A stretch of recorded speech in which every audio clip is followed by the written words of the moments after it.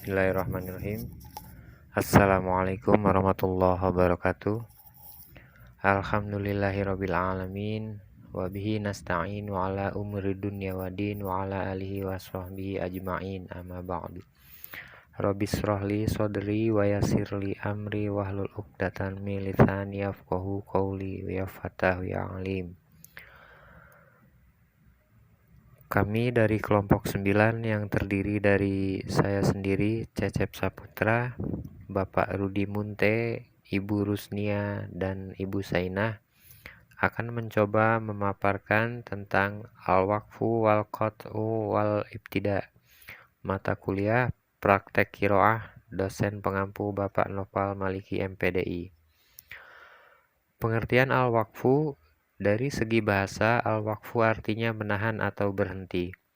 Sedangkan dari segi istilah, yaitu menghentikan bacaan sejenak untuk memutuskan secara di akhir perkataan atau bacaan untuk bernafas dengan niat menyambungkan kembali bacaan tersebut.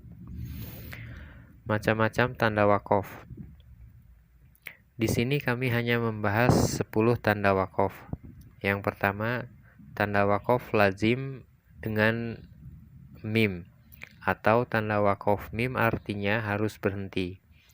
Waqaf mim juga disebut waqaf tam atau waqaf yang sempurna. Yang kedua, tanda waqaf lawasol atau tanda waqaf lawasol artinya tidak boleh berhenti. Tetapi jika tanda tersebut berada di akhir kalimat, maka diperbolehkan untuk berhenti. Yang ketiga, tanda waqaf waslu ula artinya diutamakan untuk melanjutkan. Jika kita menemukan tanda waqaf tersebut, kita diperbolehkan untuk berhenti atau melanjutkan, tetapi lebih utama lagi untuk melanjutkan. Mungkin itu sekilas dari saya, yang selanjutnya akan dibawakan oleh rekan saya. Sekian, terima kasih. Assalamualaikum warahmatullahi wabarakatuh.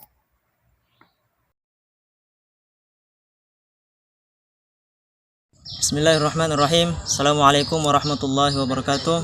Saya Rudi Munte akan melanjutkan pembahasan dari teman sebelumnya, yaitu Pak Cecep, di mana saya akan membahas tentang macam-macam tanda wakaf.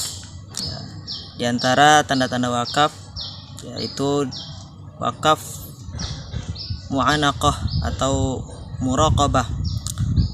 Tanda wakaf ini akan muncul sebanyak 2 kali dan kita harus berhenti di salah satu tanda wakaf tersebut. Kemudian selanjutnya tanda wakaf jaiz yang ditandai dengan huruf jim. Tanda wakaf ini artinya boleh berhenti atau boleh melanjutkan. Kemudian tanda wakaf waqful ula, waqfu aula, di mana tanda ini ditandai dengan kalimat qala. Tanda wakaf ini berarti diutamakan berhenti pada kata yang terdapat tanda tersebut. Kemudian selanjutnya ada tanda wakaf saktah. Tanda wakaf saktah ini artinya berhenti sejenak tanpa mengambil nafas. Selanjutnya macam-macam tanda wakaf juga adalah tanda wakaf mutlak atau ditandai dengan huruf ta. Tanda wakaf ini artinya harus berhenti. Kemudian tanda wakaf murakhas atau yang ditandai dengan huruf shad. Tanda wakaf ini artinya tidak berhenti selama tidak menemukan alasan untuk berhenti. Maka kita harus meneruskan bacaan tersebut. Selanjutnya wakaf qabih yang ditandai dengan huruf qaf. Tanda wakaf ini artinya diutamakan untuk melanjutkan. Artinya apabila menemukan tanda wakaf ini lebih baik diutamakan untuk melanjutkan bacaan. Demikian, untuk selanjutnya diteruskan oleh Ibu Rusnia. Pada beliau dipersilahkan. Terima kasih. Assalamualaikum warahmatullahi wabarakatuh. Assalamualaikum warahmatullahi wabarakatuh. Perkenalkan, nama saya Rusnia dan pada kesempatan ini saya akan melanjutkan pemaparan materi dari rekan saya Pak Cecep dan Pak Rudi Munte. Tema yang pertama yaitu jenis-jenis wakaf. Di sini ada 4 jenis. Yang pertama waqaf ikhtibari, yaitu berhentinya pada kata yang bukan tempat waqaf. Kemudian yang kedua waqaf intizari, yaitu berhenti pada kata yang belum sempurna, dan hal ini dilakukan dalam keadaan proses belajar mengajar Al-Quran. Kemudian yang ketiga waqaf ittihari, yaitu berhenti pada ayat yang belum sempurna. Hal ini dikarenakan dalam keadaan darurat atau terpaksa, misalnya napasnya pendek, batuk, bersin, lupa, dan lain-lain. Kemudian yang keempat waqaf ikhtiyari, yaitu berhentinya seorang qori pada lafaz Al-Quran dengan pilihannya sendiri. Dan ini terbagi daripada 4 jenis, yaitu yang pertama ada waqaf tam, waqaf kafi, waqaf hasan, dan waqaf qabih. Selanjutnya pengertian al-qat'u. Secara bahasa al-qat'u artinya memutuskan, sedangkan menurut istilah yaitu memutuskan bacaan Al-Quran dengan niat tidak akan membacanya dalam jangka waktu yang lama, dan biasanya diakhiri dengan lafaz tasdik atau shadaqallahul azim. Contoh daripada al-qat'u ini sendiri, misalnya kita membaca surah Al-Baqarah ayat 1 sampai 5, setelah ayat kelima kita lanjut dengan membaca lafaz shadaqallahul azim. Kemudian kita melanjutkan melakukan aktivitas yang lain. Nah, hal inilah yang disebut qat'u. Saya kira demikian. Selanjutnya saya serahkan kepada rekan saya Ibu Sainah. Terima kasih. Assalamualaikum warahmatullahi wabarakatuh. Selanjutnya bagian C, pengertian ibtida. Pengertian ibtida ini menurut bahasa adalah memulai.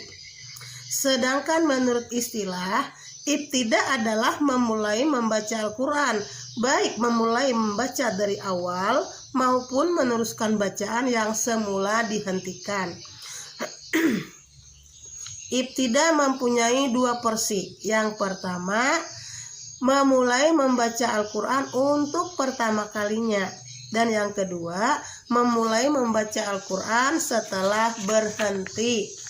Kemudian macam-macam ibtida di sini ada 5. Yang pertama, ibtida tam, yaitu memulai pada kata yang tidak ada kaitan secara lafaz maupun makna dengan kalimat sebelumnya. Yang kedua, ibtida kafi, yaitu memulai pada kata yang tidak ada kaitan secara lafaz namun masih berhubungan makna dengan kalimat sebelumnya. Yang ketiga, ibtida hasan, yaitu memulai pada kata yang memiliki kaitan secara lafaz maupun makna dengan kalimat sebelumnya dan merupakan awal kalimat. Yang keempat, ibtida qabih, yaitu memulai pada kata yang memiliki kaitan secara lafaz maupun makna dengan kalimat sebelumnya tetapi bukan merupakan awal kalimat. Dan yang terakhir, ibtida ikhtibari, yaitu memulai pada panggalan kalimat yang mana bertujuan sebagai pengajaran atau menguji atau pengujian tentang tata cara membaca kata dalam Al-Quran. Demikianlah penjelasan dari kami kelompok 9. Silahkan teman-teman apabila ada yang ingin ditanyakan. Kami kelompok 9 siap untuk menjawab. Dan apabila kami tidak bisa menjawabnya, mohon teman-teman yang lain membantu kami. Terima kasih. Wassalamualaikum warahmatullahi wabarakatuh.